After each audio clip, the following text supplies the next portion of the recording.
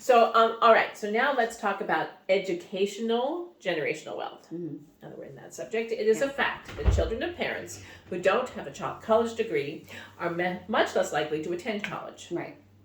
It's something like the difference between 80 and 50%. Yeah, maybe. I think so. And when you talk about actually graduating, well, that gap gets wider. So, or if your parents didn't finish high school.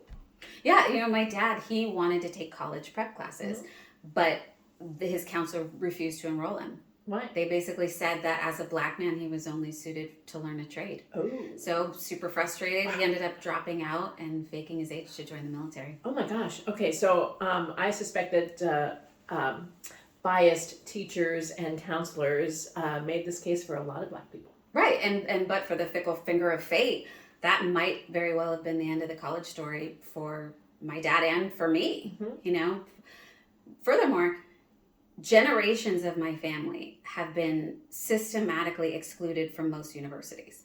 So I and my children will suffer or likely to suffer a scholastic deficit. So, and then if I do find my way into a good university without housing wealth, how am I going to pay for it? That's true. And there is significant Pew Research data that shows that the first generation college grads have poorer economic outcomes. Right, yeah. And beyond that, my dad's father would not have been allowed to attend Princeton. So that means that as a result, the currency of legacy admissions wasn't afforded to my father. And then by extension, neither I nor my children will be able to benefit from generations of legacy at that institution, like a lot of white people are. Yep. Blacks were purposefully excluded from many universities, but I think it's most impactful when you talk about these elite universities like the Harvard, the Princeton, and the Yale.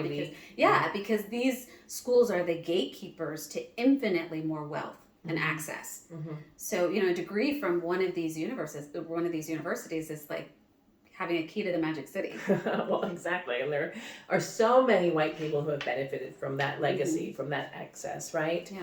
To this wealth. And speaking of unqualified, many of the kids of alumni and big donors would not otherwise have had the qualifications for admission.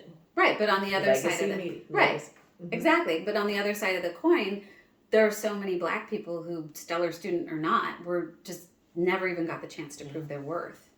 So it's not enough to say, oops, sorry, that sucked, but it's all in the past. So nothing we can do, because first off, slavery and segregation may be in the past, but that legacy lives on. And lack of access to education, redlining, mass incarceration, bigotry, these things all continue to take a toll on Black Americans. And it's a fairy tale to suggest that that racist sentiment just evaporated, poof, when the laws changed. Yeah. So I don't buy the whole "it's in the past, move on" argument. Even if it were in the past, which clearly it's not, as many black people are telling you, that doesn't excuse. It's not an excuse to ignore the harm, right? I mean, if your daughter was raped, and you went to the police.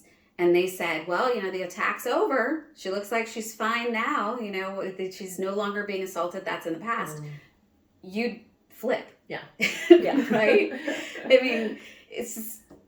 Yeah. And then if you went to an attorney in seeking, civil restitution, if you, pain and suffering, and the attorney basically said, well, it's over now. Why should the perpetrator have to suffer for something that was in the past? You'd be angry, because past or not, she suffered a great harm. And that's something that even if the scars aren't visible, she'll have to deal with for the rest of her life. Maybe she needs therapy. Who's going to pay for that? Maybe she now has a child to support. Who's going to pay for that? And then what if that attorney said, okay, well, you might be eligible for some form of compensation, but, we're not going to pursue that because... that would take money from his wife and kids, and why should they have to suffer? They shouldn't have to suffer the effects of something that they weren't a part of. I really don't think that you would buy that argument either. No, certainly not. And with affirmative action, blacks weren't even asking for reparations or financial compensation.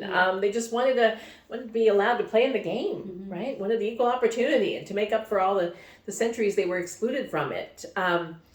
It's interesting that we don't seem to have the problem affording our Native Americans and our Japanese Americans and our Jewish Holocaust survivors. I mean, we were not great to any of them either, the respective reparations. And yet we still, when it comes to Black Americans, just wanting to be allowed to play in the game, that's unthinkable. We for some reason, we can't wrap our brains around that. So I think we should think long and hard, and ask ourselves, why is that so hard for us to do? I don't. Yeah. I think I know the answer, but I wish I did. Yeah, I don't know why it's so hard.